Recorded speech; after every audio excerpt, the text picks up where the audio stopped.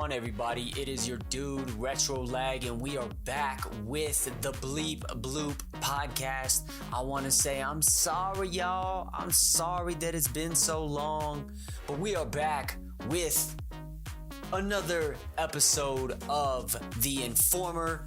This is for issue number 343. That's right, the one that has the latest game from Software, Elden Ring, on the cover.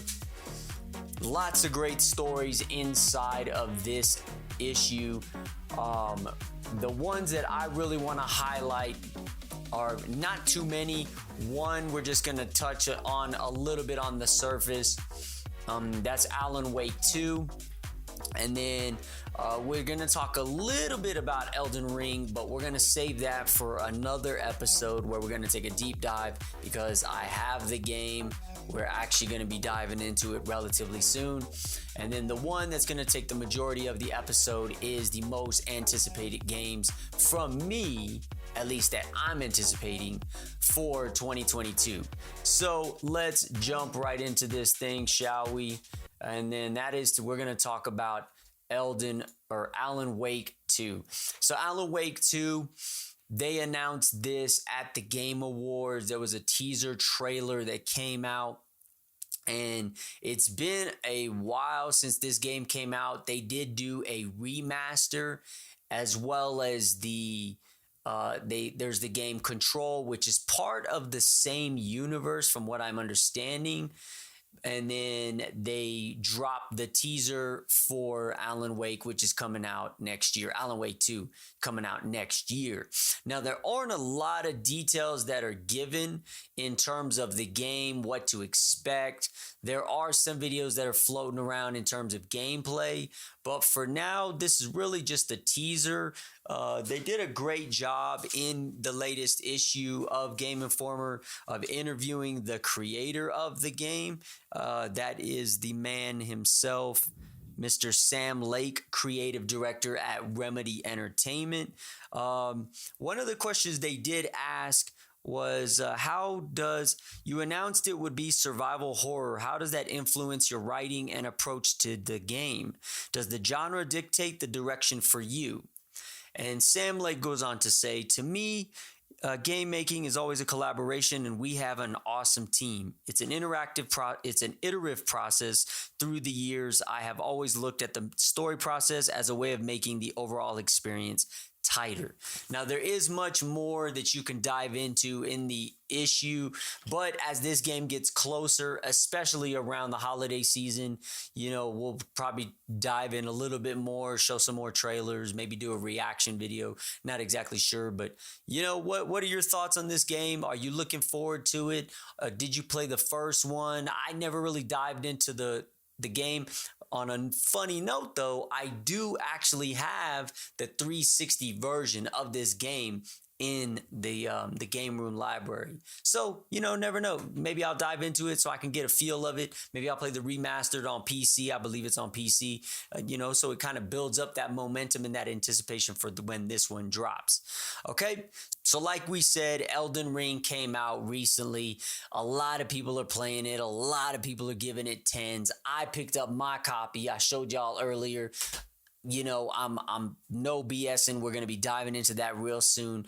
But really, I think that Game Informer did a very good job in this latest issue of really doing a full spread on this game, really breaking it down, talking about some of the good stuff that you can anticipate from the game.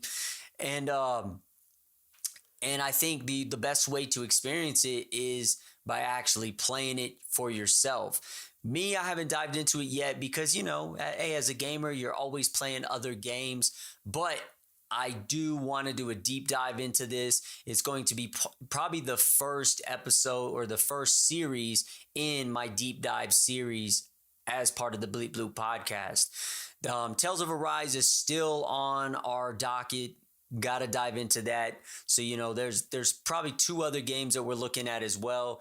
But everything I've seen about this game just looks amazing. I mean, the color schemes, the environments, the fight sequences, and even the story and what you gather from the bits and pieces.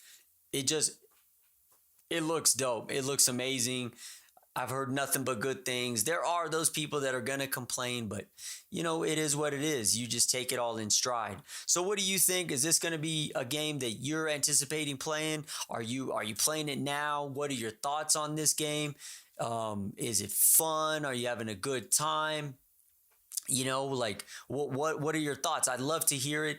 Drop some of the comments, and as we get closer to the deep dive series, that's where we'll really start to ask the community questions. Maybe we'll even do a couple live streams, not exactly sure, but it will be a YouTube series, as well as diving into it, my commentary and my thoughts on the game itself.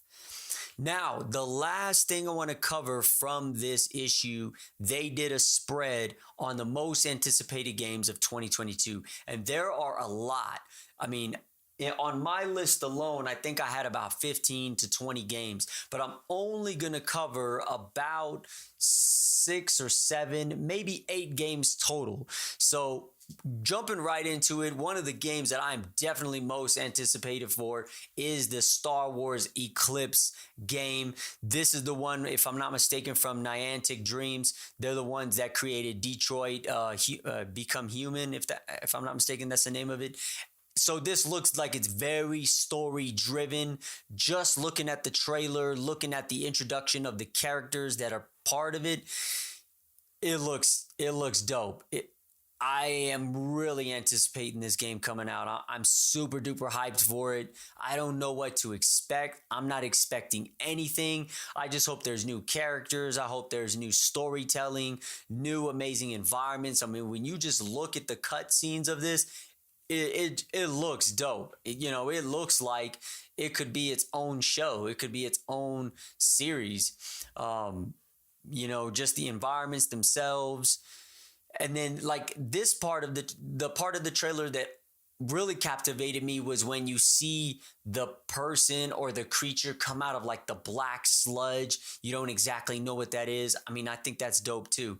So yeah, Star Wars Eclipse is definitely one of them that I'm super duper looking forward to. Can't wait till this comes out, and we are definitely going to do a review of it, maybe do a deep dive of it. I don't know, but I'm going to be talking about it for sure. So I hope this is on your list. If it's not, I'd really like to know why. And if it is, what are you noticing? Are there any ideas you might have in terms of the story? It looks really, really cool. So as we move right along, another one that we're looking forward to is God of War Ragnarok. This one, some people were giving it a little bit of heartache because they're like, oh, it looks like they're using the same character models and the same action sequences from the other game.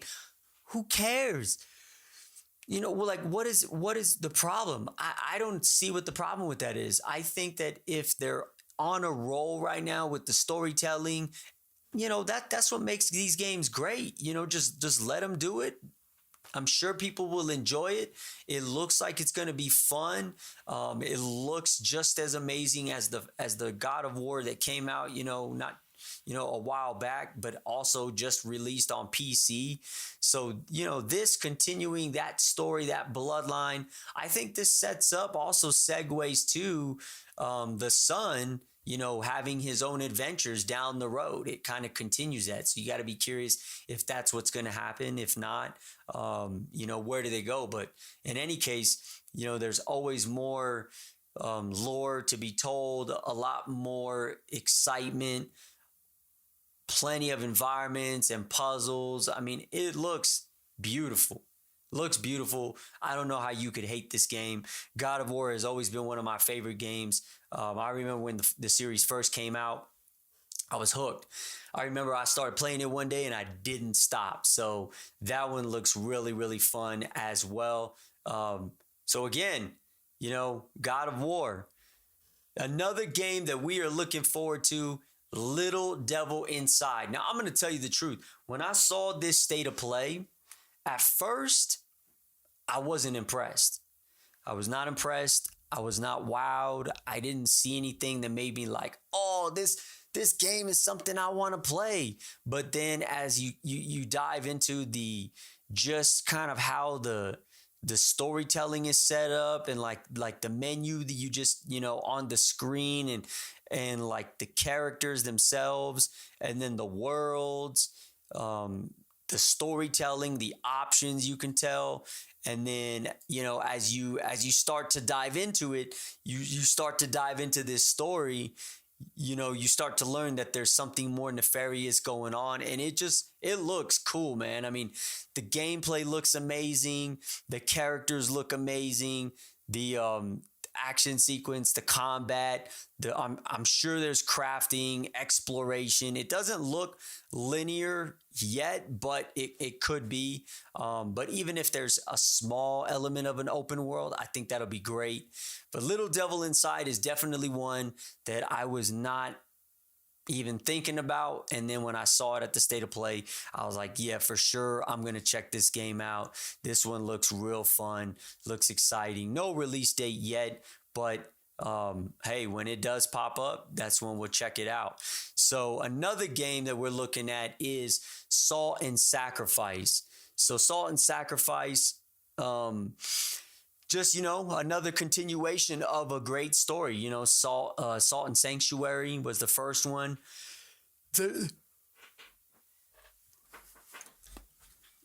Salt and Sanctuary was the first one.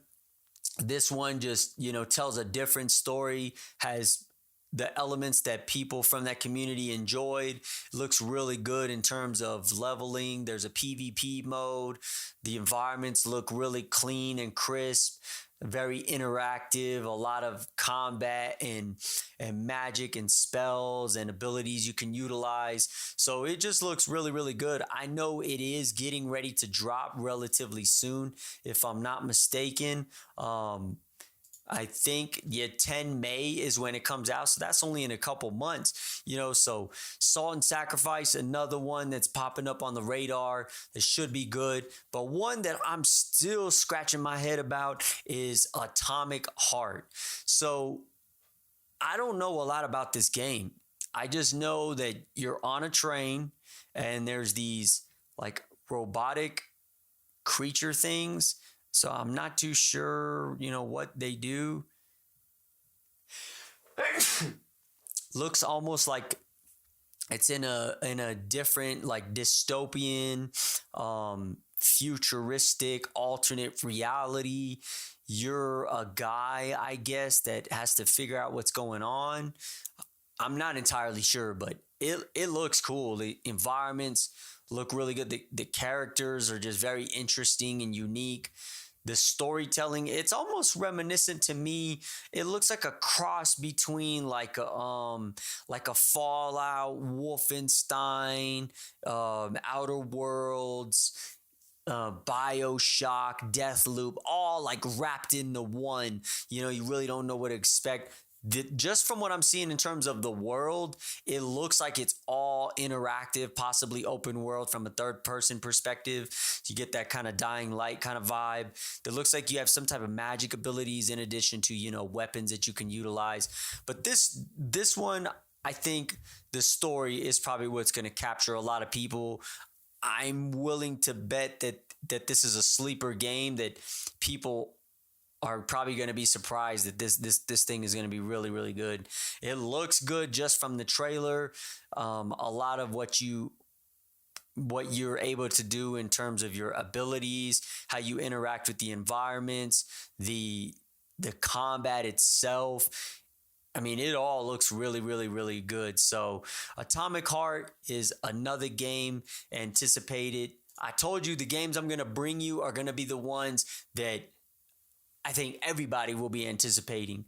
Another one that, a lot of people might be sleeping on, but I think it's going to be really, really good is Saints Row. I mean, I've seen some of the gameplay. I seen the teaser trailer, and, the creators and the directors did say this is going to be a fresh a breath of fresh air for the series, and I don't think that's a bad thing. I think when you revise, what it's known for, but you keep some of that, but you clean it up, you polish it up, you give it a new coat of paint. It can go a whole bunch of different places.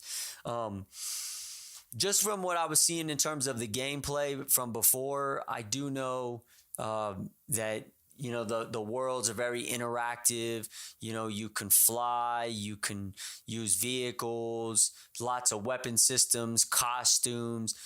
I mean, they're just looks like the same wackiness and outlandishness from the Saints Row series, but also has a bit of a realism in terms of the story, something that tries to captivate you and keep it relative.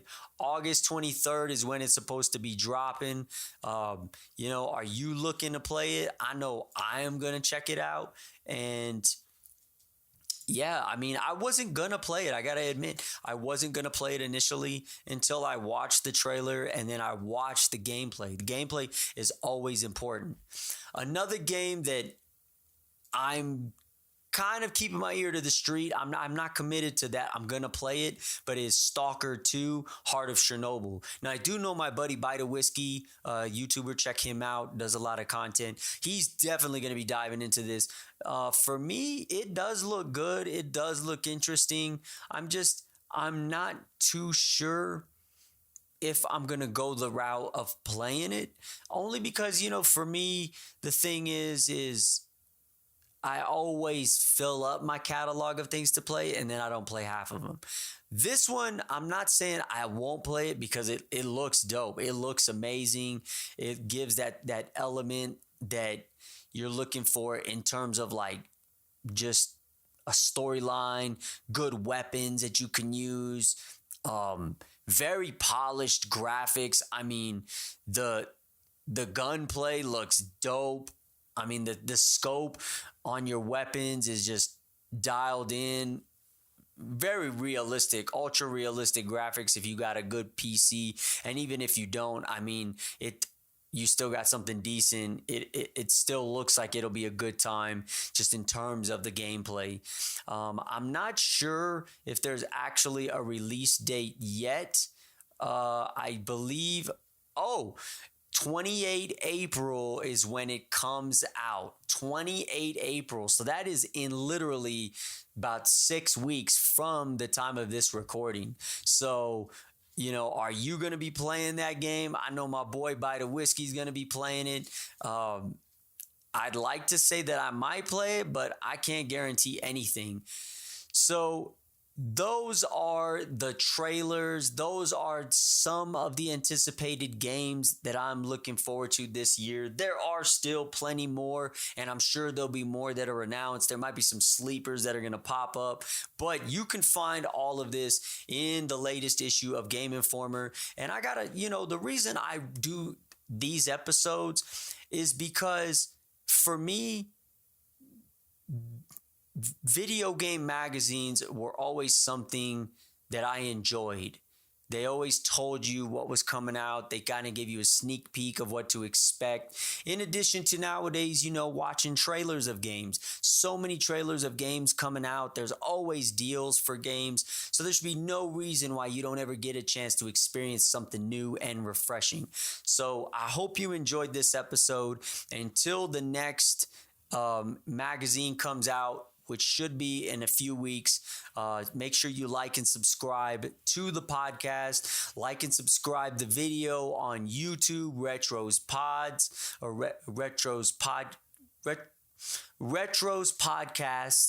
on YouTube, or Retro Podcast, on YouTube. Make sure you like and subscribe so you know when the latest video comes out. All right, and until then, I will catch y'all on the next one. I am